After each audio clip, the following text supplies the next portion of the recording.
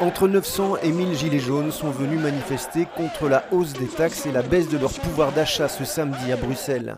Un peu partout dans le quartier européen et sur la petite ceinture, des groupes de manifestants se sont constitués pour clamer leur désarroi. J'ai 2 enfants, tous les mois on doit faire ceinture pour pouvoir se nourrir, payer les études. Je ne demande pas à ce qu'on diminue forcément nos taxes, mais à ce que le système de fiscalisation soit beaucoup plus juste en tout cas. C'est notre objectif de base. En début d'après-midi, la situation s'est tendue.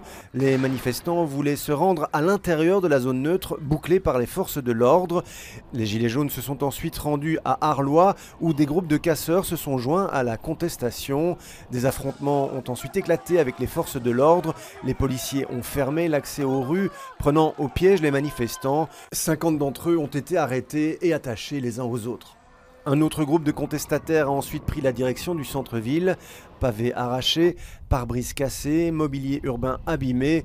Le noyau dur a occasionné de sérieux dégâts sur la voie publique. Camionnettes, autopompes, police montée à hauteur de la place Rogier, le dispositif policier était à nouveau imposant. L'accès à la rue Neuve a été fermé un long moment pour protéger les commerces de l'artère. La situation s'est à nouveau tendue vers 15 h.